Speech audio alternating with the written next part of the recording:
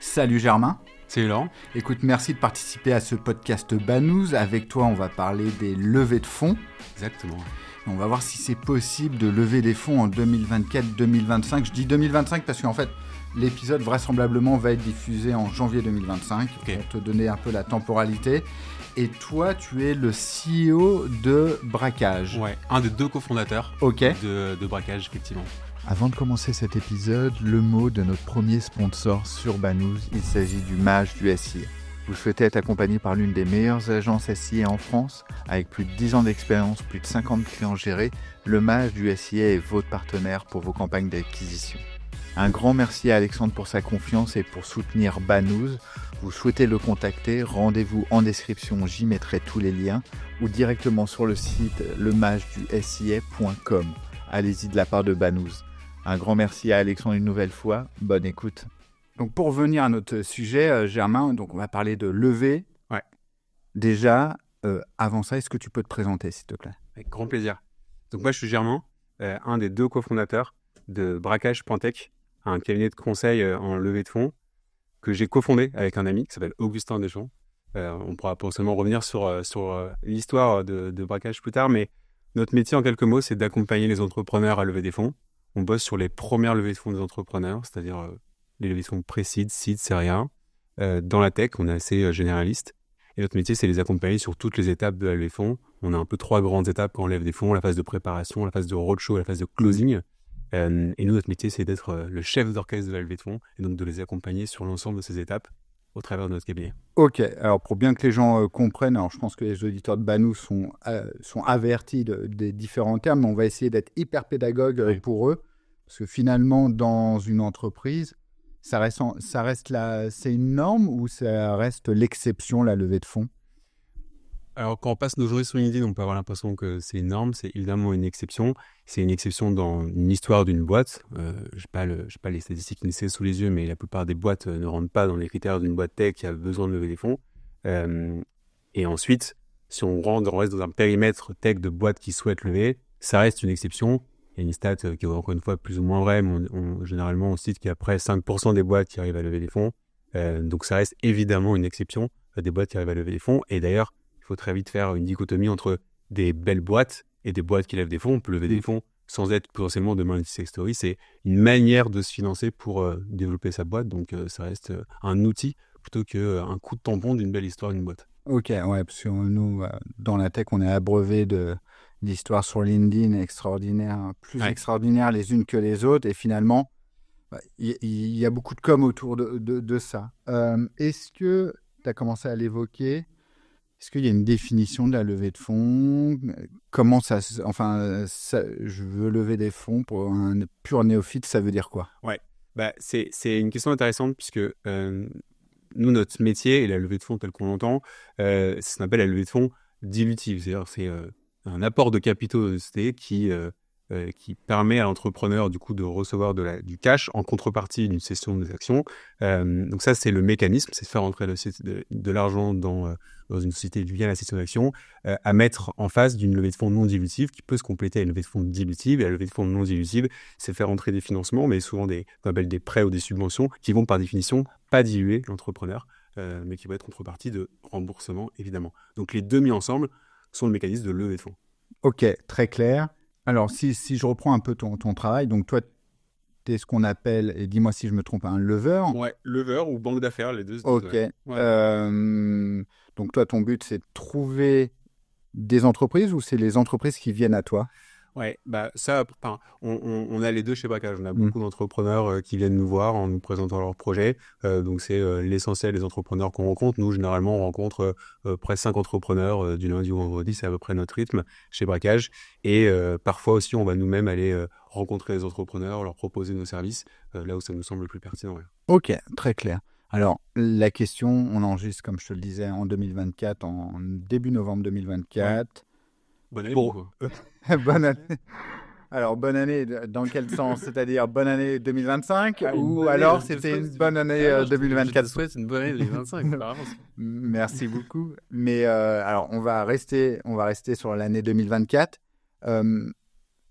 Alors moi, je suis pas du tout dans ton secteur. Par contre, je suis dans le secteur de la tech et j'étais, ou je suis toujours, suivant la temporalité de l'écoute, mais dans le monde RH, en gros, en ce moment, dans la tech, ça couine énormément.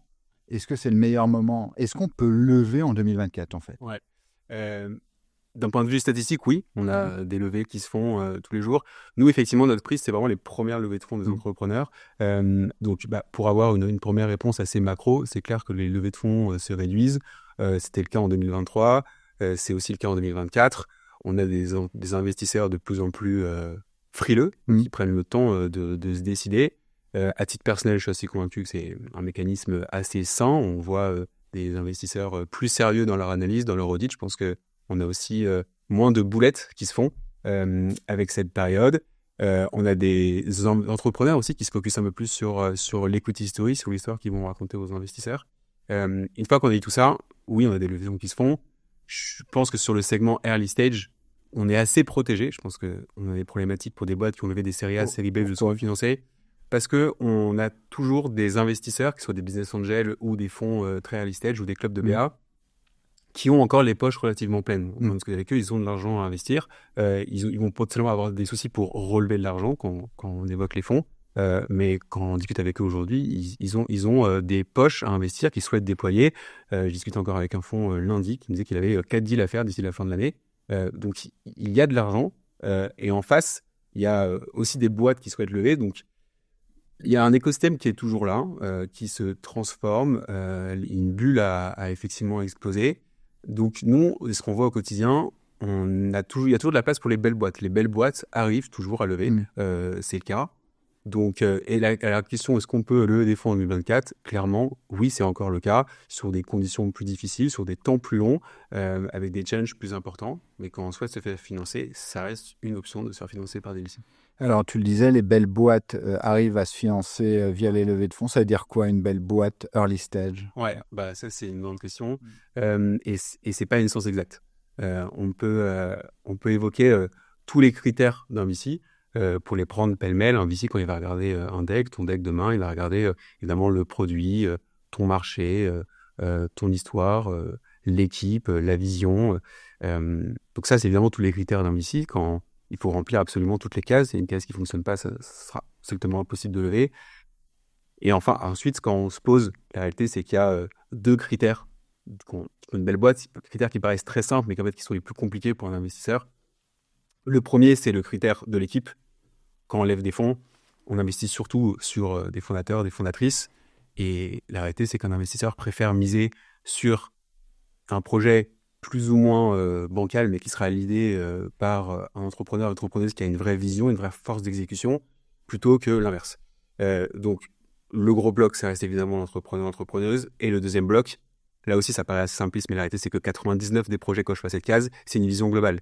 Un VC, par définition, il y a une boîte sur 10 qui va fonctionner. Et donc, il faut que demain, la boîte puisse être une licorne en puissance. Et nous qui regardons des decks tous les jours, quand on se pose concrètement sur le marché des visions entrepreneurs, on a souvent des belles boîtes, on a rarement des visions aussi globales que souhaitées par les investisseurs. Et tu vois, je te prends l'exemple de l'investisseur avec qui j'ai parlé, qui lead un fonds un peu considéré comme tier 1 à Paris. C'était son problème numéro 1, c'était de trouver des belles boîtes qui peuvent demain peser plusieurs milliards d'euros sur un marché européen ou mondial. Ok, très clair. Alors ça, c'est ce que tu expliques. C'est ce que j'avais en tête pour être très transparent. Ouais. Alors, j'ai eu une activité entrepreneuriale il n'y a pas si longtemps, et à chaque fois que j'avais ces discussions avec des gens de mon entourage, on me disait, il faut que tu génères du revenu, sinon, n'y va même pas. Ouais. C'est vrai? Non, je suis pas d'accord avec ça, et la plupart des invests non plus. Et c'est pas un discours de marketing des investisseurs de dire venez nous voir le plus tôt possible, on pourra vous financer. C'est la réalité. En fait, c'est une question, plusieurs critères quand on réfléchit à la question est-ce que c'est le bon moment de lever des fonds. Un des critères, c'est celui que tu évoques, c'est celui de l'attraction commerciale. Un investisseur va acheter une traction, et dans la notion de traction, il y a une notion de vitesse. Et donc, pour prendre un exemple, en fait, quand on va chercher des fonds et quand on est pré-revenu, ce qu'on va pouvoir vendre à un investisseur, c'est cette vitesse de traction et de dire, OK, potentiellement, là, je suis pré-revenu, de regarder tout ce qui se passe. Je discute avec tel potentiel client, tel potentiel fournisseur. Demain, vous appuyez sur le bouton de la levée de fonds avec moi. Voilà ce que je vais pouvoir exécuter. Versus un entrepreneur qui fait potentiellement 500 000 euros de chiffre d'affaires, mais s'il a fait 400 000 euros le mois dernier et il va faire 150 dans 3 mois, ça va faire rêver personne. Et en fait, un process de levée de fonds, ça dure en moyenne 4-8 mois. Pendant ces 4-8 mois, l'investisseur qui investit dans une boîte qui doit doubler chaque année ou plus, va s'attendre à ce que la boîte fasse potentiellement plus 40, plus 70% de chiffre d'affaires. Donc il y a vraiment cette notion de traction. On a parfois beaucoup d'entrepreneurs qui font l'erreur d'aller chercher des investisseurs quand ils ont atteint ce plafond de verre commercial. Ils sont allés au bout du bout et donc ils arrivent pendant 4 mois, il se passe rien, l'investisseur drop parce que finalement ils n'ont pas été très séduisants dans le process. Donc lever pré-revenu, c'est évidemment une difficulté. Évidemment, pour un entrepreneur, plus il va arriver mature auprès d'investisseurs, plus il va être capable de négocier des bonnes conditions et donc d'avoir un bon deal. Ceci étant dit, à la question est-ce qu'on peut lever un temps pré-revenu ? Oui, c'est possible et parfois c'est une nécessité pour un entrepreneur qui doit accélérer tout de suite très vite dans un marché naissant. Et ça, les VC le savent très bien et sont capables de le faire. Ça veut dire que demain, je mets autour de la table des rockstars d'une thématique. Ouais. On réfléchit à un super projet. Ouais. On commence à faire un MVP. On prouve que ça fonctionne. Je vais lever de l'argent. Ça, c'est pas dit d'avance. Mais effectivement, tu as souligné un critère qui est hyper important, c'est celui d'un entrepreneur qui a déjà réussi des belles success stories. Ça, c'est effectivement un critère numéro 1. Et il est très fort probable, alors encore une fois, c'est pas une science exacte, mais si tu réunis une équipe qu'on appelle Top Gun dans le milieu, qui a potentiellement déjà levé des fonds, et vous vous financez sur une vision qui fonctionne avec un produit qui peut séduire les investisseurs, il est fort probable que vous réussissiez à trouver un premier tour de table. Et quand on parle d'un premier tour de table en précise, alors là, peu importe, ça pourra dépendre du montant, mais un précise classique en France, c'est entre 500 000 et 1 million, 1,5 million, non dilutif compris. Donc en fait, on parle d'aller chercher 10, 20 BA. Et ça, il est fort probable que vous ayez autour de vous des gens qui sont même pas prêts à miser sur le projet, parce que c'est pas ça la question, c'est des gens qui sont prêts à miser sur vos capacités et vos qualités d'entrepreneur qui connaissent chez vous. Ok, très clair. Alors moi, dans cette thématique, je trouve que comment toi, au jour le jour, tu arrives à avoir une traction commerciale, parce que tu as ton job, c'est quand même de rencontrer des boîtes, des entrepreneurs, etc. Ouais. Mais sans être vendeur de rêve à tout prix et sans... parce que finalement, c'est extrêmement dur tout ça. Ouais. Et les gens l'oublient parce qu'on est abreuvé tous les jours d'images sur YouTube, sur LinkedIn, etc. Ouais. Comment toi, tu fais pour avoir une balance entre sexiness en termes commercial et en même temps vraiment stricte réalité du marché? Ouais. Effectivement, c'est une question qu'on s'est beaucoup posée et qu'on continue à se poser tous les jours. Nous, déjà, notre approche, on a tout de suite voulu, avec Augustin et aujourd'hui l'équipe braquage, on est 4 personnes, développer une approche focus sur les premières levées de fonds des entrepreneurs. Et pour ça, c'était impossible, ça n'avait aucun sens de répliquer un modèle de banque d'affaires classique où on sous-traitait pour eux toute la documentation, on les mettait systématiquement en relation avec les investisseurs. Ce serait disproportionné par rapport à leurs besoins et leurs ressources. Il faut aussi comprendre que dans un écosystème early stage, les investisseurs vont s'attendre à ce qu'un entrepreneur puisse monter en compétence sur le sujet de levée de fonds, comme il va devoir monter en compétence sur tous les sujets d'une boîte. Et donc, il faut faire briller l'entrepreneur, ce qui n'est pas forcément le cas dans une série B ou une série C. Donc, nous, on travaille à un accompagnement qui doit permettre à l'entrepreneur d'être le plus autonome possible dans sa levée de fonds et nous d'arriver là où, selon nous, il y a de la haute valeur ajoutée, c'est-à-dire valider la documentation, travailler le roadshow, c'est-à-dire quel investisseur on va contacter, dans quel timing, sur quelle valorisation, et peut-être là où c'est le plus important, négocier à côté d'eux les conditions de la levée de fonds. Une fois qu'on a dit ça, aujourd'hui, notre métier, donc, c'est de les accompagner pour essayer de professionnaliser toutes les étapes de la levée de fonds, mais on n'est pas des vendeurs de rêve. Et je pense que aujourd'hui, l'entrepreneur va faire sa première ou deuxième levée de fonds versus un investisseur qui va faire sa 10e depuis 10 ans, et donc il y a une asymétrie d'information qui est hyper forte et qu'on essaie de régler. Nous, on aime bien souvent faire un comparatif avec la prépa. Tu vas faire une prépa HEC. La prépa HEC va pas te dire on te garantit à 100% d'avoir HEC ou une très bonne école. En revanche, je te garantis d'être le mieux préparé possible pour réussir cet examen. Et ben, nous, c'est à peu près le même sujet. C'est-à-dire qu'on va leur dire écoutez, avec nous, vous allez pouvoir maximiser les chances de la levée de fonds. Et évidemment, dans notre discours, on leur dit absolument pas avec nous, vous allez lever à 100% de chance, ce serait évidemment leur mentir. Comment toi, tu te rémunères ? Ouais, nous, on a forfait, enfin, comment dire, on a un pricing en 2 temps. Mm. On va avoir d'abord un forfait de lancement qui est généralement autour de 2 500 €. C'est à peu près notre forfait de base. C'est important pour nous de le mettre au début. Parfois, on a fonctionné sans levée de fonds, sans retainer. La réalité, c'est que c'est aussi rendre service à l'entrepreneur de s'impliquer dans le process plutôt que de nous voir simplement comme une potentielle chance de succès et une piste pour aller lever des fonds. Ça, c'est notre forfait de lancement. Et là, on gagne surtout de l'argent, c'est évidemment au succès. On prend une commission de la levée de fonds qui est assez classique dans le marché. On va prendre entre 4 à 6% de la levée de fonds sur la partie du leasing. Ok. Alors, grâce à Banous, tu vas avoir des millions de sollicitations. Qu'est-ce que tu attends d'un entrepreneur qui te contacte pour la première fois? Qu'est-ce qu'il faut faire? Qu'est-ce qu'il ne faut pas faire? Ouais. Nous, effectivement, on a travaillé en tant que VC avec Augustin. Et d'ailleurs, toute personne qui bosse chez Braquage a déjà travaillé en tant que VC. Donc, c'est aussi notre force. On sait pertinemment comment ça se passe en interne côté investisseur. Et nous, on va avoir un boulot qui va être assez similaire à un boulot de VC. C'est-à-dire que notre boulot, ça va être c'est d'analyser les boîtes, pas qui veulent lever, mais qui peuvent lever, qui est un autre prisme. Et donc, effectivement, on va avoir souvent un premier rendez-vous. On va discuter avec l'entrepreneuse. On va recevoir son deck. En une demi-heure ou une heure, généralement, on arrive à avoir un premier prisme du projet. Et ensuite, on fait chez nous, chaque semaine, un comité de deal flow. On regarde toutes les boîtes, on en discute, on creuse les sujets. Et ensuite, ça nous permet de se faire un avis. Généralement, on fait souvent un deuxième rendez-vous avec l'entrepreneur. On arrive avec plusieurs questions.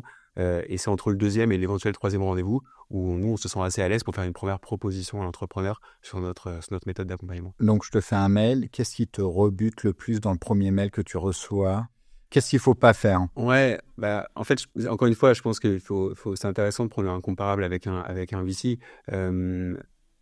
Et l'erreur qu'on voit souvent des entrepreneurs, c'est déjà ne pas forcément être simple. Ça paraît basique, mais si un investisseur ou sinon on ne comprend pas le projet, on va avoir du mal à se positionner dessus. Donc, il faut ne pas parler à un expert, il faut parler à quelqu'un qui sera potentiellement néophyte. Et donc, ne pas perdre un investisseur ou un lecteur sur les premiers mots. Ensuite, on aime bien effectivement voir un premier storytelling. Il va forcément dans le mail, mais dans le deck, avoir une histoire qui se raconte.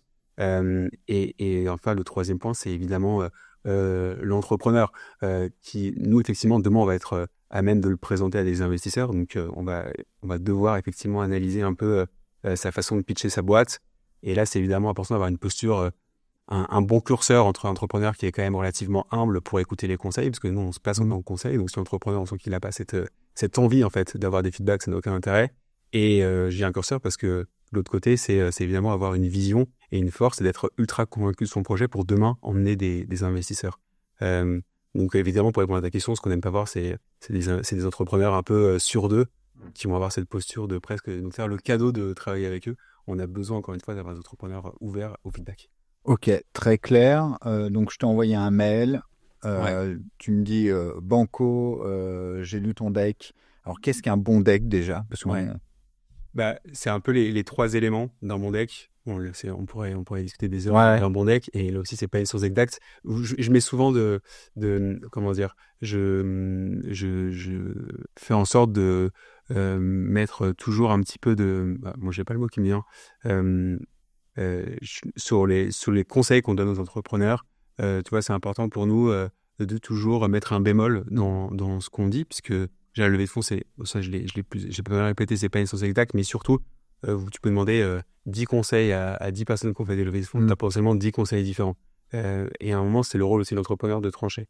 Pour nous, c'est quand même c'est notre métier avec Augustin, d'avoir travaillé pendant des années à condenser le meilleur de la levée de fonds pour leur proposer. Mais tu vois, je me suis égaré, j'ai oublié ta question. Alors, bon deck. Clairement, un bon deck. Je pense que sur un bon deck, il y a un peu 3 éléments à avoir en tête. Le premier, on en parlait, c'est la simplicité. Utiliser des mots simples, le moins de mots techniques possible pour ne pas perdre un investisseur. C'est important de se mettre dans le rôle d'un investisseur. Un bon fonds de VC, à Paris, reçoit 300, 400 decks par semaine. D'accord. Ça va être lu par des analystes, souvent jeunes, moins de 30 ans, quasiment sortis d'école, parfois des stagiaires, régulièrement des stagiaires. Ils vont vous donner 3-5 minutes, parfois beaucoup moins, pour lire le deck. Le seul objectif du deck, c'est d'avoir un call avec le VC à la fin. L'objectif du deck, c'est pas que le lecteur ait accès à toutes les informations du projet, ça n'a qu'un sens. Donc, premier job, être simple pour qu'on puisse être lu en quelques secondes.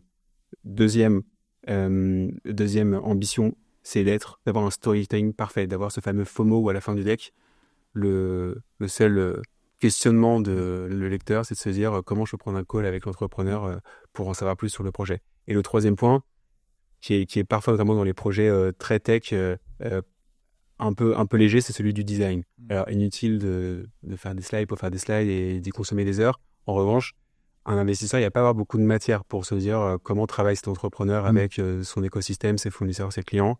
Et donc, c'est quasiment la seule occasion de montrer au lecteur, à l'investisseur, que votre façon de bosser, elle est propre, qu'il n'y ait pas de typo, de photographe. Ça paraît tout bête, mais on le voit régulièrement. D'accord. Donc, c'est un peu les 3 facteurs, simplicité, storytelling, design, qui font un bon deck. Donc, je t'ai envoyé mon deck. Ouais. Tu me fais venir directement ou on a un call déjà avant? Ouais, généralement, au bout du premier mail, on se fait une première visio de 30 minutes, ce qui nous permet, nous, de te questionner, de recevoir les documents. Et ensuite, on en parle en équipe. Quel type de questions tu poses? Ouais, des questions assez classiques de VC, mine de rien. Est-ce que déjà, tu peux me refaire un peu l'historique du projet? Qu'est-ce qui t'a amené à créer la boîte? Pourquoi tu souhaites lever des fonds? Quelle est un peu l'equity story?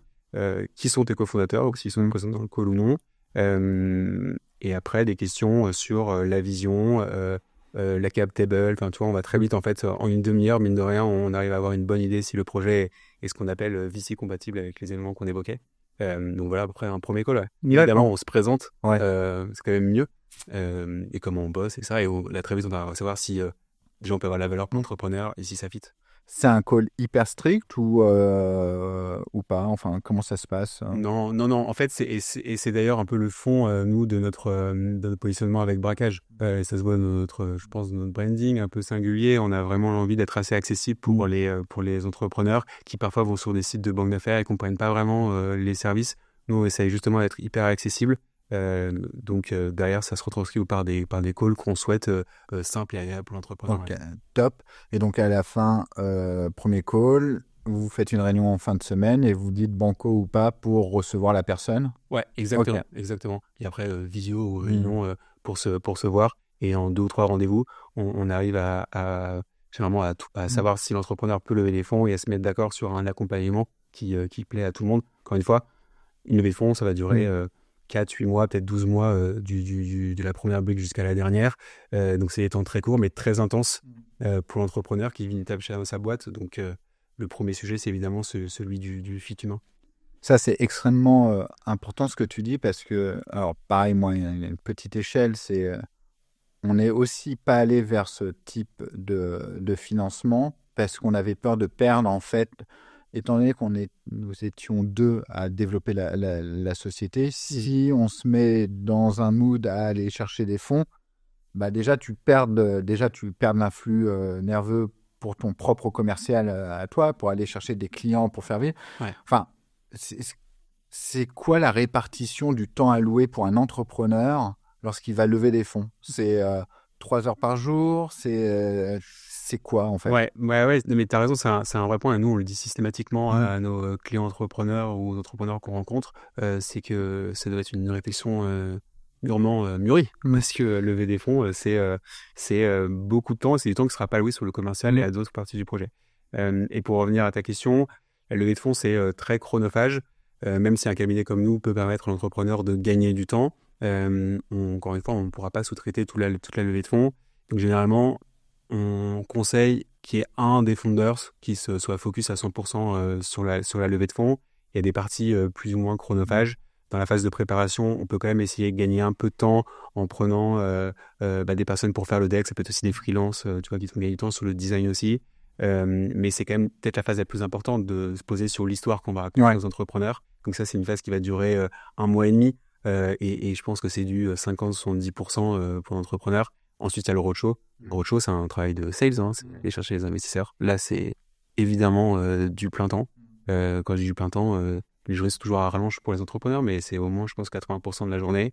Et après, la partie closing, qui est gérée par un avocat, elle est très stressante, mais en termes de temps alloué, ça peut être un peu moins time consuming pour un entrepreneur, en mettant de côté les derniers jours où évidemment là on signe le pal d'actionnaire. Donc là c'est, je pense, du full time au moins dans l'énergie consommée. Ok. C'est bon, j'ai signé, on a levé des fonds grâce à vous. Ça veut dire quoi? Ça veut dire que je perds, alors je perds, peut-être un lapsus, mais dans ma vision, mais je cède une partie de mon capital. Je cède combien au début? Ouais. En fait, derrière ça, c'est la question de la valorisation Ouais. que tu évoques. Nous, chez Braquage, on est assez convaincus que c'est une question relativement mineure, comment on lève les fonds. On a beaucoup d'entrepreneurs qui parfois se prennent la tête à faire des tableaux Excel sur des multiples d'ARR, ouais, d'EBITDA, alors que la boîte, elle a quelques mois ou quelques dizaines ou centaines de milliers d'euros, donc ça n'a juste aucun sens. Évidemment, derrière la question de la valorisation, c'est la question de la dilution. La réalité, c'est que là, on évoque vraiment les premières levées de fonds, tu vois, les levées de fonds jusqu'à 2-5 millions. La dilution moyenne, la médiane et la moyenne se rapprochent quand même autour de 20%. Sur du pré-seed, l'idéal, c'est quand même de lâcher plutôt entre 10-15%. Si c'est mal négocié, 20-25%. Quand je dis que c'est mal négocié, on pourrait y revenir, mais c'est plutôt le jeu d'enchères. Et effectivement, sur les levées de fonds un peu plus importantes, c'est 20-25% avec toi, avec une grosse moyenne qui est autour de 20%. Et donc, effectivement, la réalité, c'est que la valorisation, elle est surtout fonction du jeu d'enchères que l'entrepreneur va être capable de mettre en place. Effectivement, si au bout de 2 mois de roadshow, tu n'as qu'une term sheet sur la table, tu seras beaucoup moins fort que si au bout de 3 semaines, tu as 10 investisseurs qui tapent à la porte. Et c'est là où tu pourras naturellement faire lever sur la valorisation auprès de l'investisseur qu'on appelle l'investisseur lead, celui qui met le ticket le plus important. Et donc voilà ce que tu vas lâcher. Si tu fais ton premier tour de table, tu lâcheras 25% si tu n'es pas accompagné, et peut-être 10-15% si c'est lié à braquage. J'en suis sûr. Ok, top. Donc j'ai signé, j'ai donné une partie de mon capital. Mes investisseurs, je sais, malheureusement, je fais le faux naïf, mais je dois leur rendre des comptes tous les combien de temps? Il se passe quoi après? Ouais, le contrat de mariage que tu vas Exactement. avoir avec les investisseurs, il prendra vie dans ce qu'on appelle le pacte d'actionnaires, donc qui est le résumé des informations que tu vas avoir, enfin, des clauses que tu vas avoir avec les invests. Et effectivement, tu vas avoir des niveaux d'engagement qui vont être négociés. Et ça, c'est un des points où on avertit toujours l'entrepreneur. On parlait du temps consommé. L'autre point, c'est que à partir du moment où tu fais rentrer un investisseur, tu n'es plus totalement chez toi. Et donc, effectivement, quand tu deals avec un invest, l'idée, c'est de se focus non pas à 80%, mais à 10 000%. Donc, il n'y a plus d'activité professionnelle à côté. C'est du temps plein. Et après, en fonction de la typologie de la levée de fonds et de la typologie d'investisseurs, tu auras des conditions plus ou moins lourdes. Mais effectivement, tu devras rendre des comptes. Non pas au quotidien, mais T'as un board par mois, par exemple. exactement, ça va être dealé comme ça. Tu peux avoir des business angels aussi plus light, et c'est important dans ces premières levées de fonds d'avoir une équipe d'investisseurs assez diversifiée. Parfois, j'entends des entrepreneurs me dire, moi, je veux pas d'investisseurs dormants. C'est très agréable d'avoir parfois des investisseurs dormants qui vont te laisser tranquille et te laisser mener la barre comme tu l'entends. Et effectivement, parfois, c'est aussi cool d'avoir des investisseurs qui t'ouvrent des portes, qui t'apportent leur réseau, l'expertise. Donc, c'est un bon mix. Mais ça aussi, si on a le luxe de pouvoir faire une bonne recette d'investisseurs, c'est un bon deal. Encore une fois, nous, on le répète tous les jours, la levée de fonds, le montant, c'est bien. La réalité, c'est que la parité levée de fonds, ça se joue surtout dans les conditions qui sont dealées auprès des investisseurs. Merci beaucoup, Germain. C'était hyper clair. D'ailleurs, si jamais le sujet vous intéresse, je dis ça pour nos auditeurs, dites-le nous et puis éventuellement on te réinvitera. Je te réinviterai pour continuer cette discussion.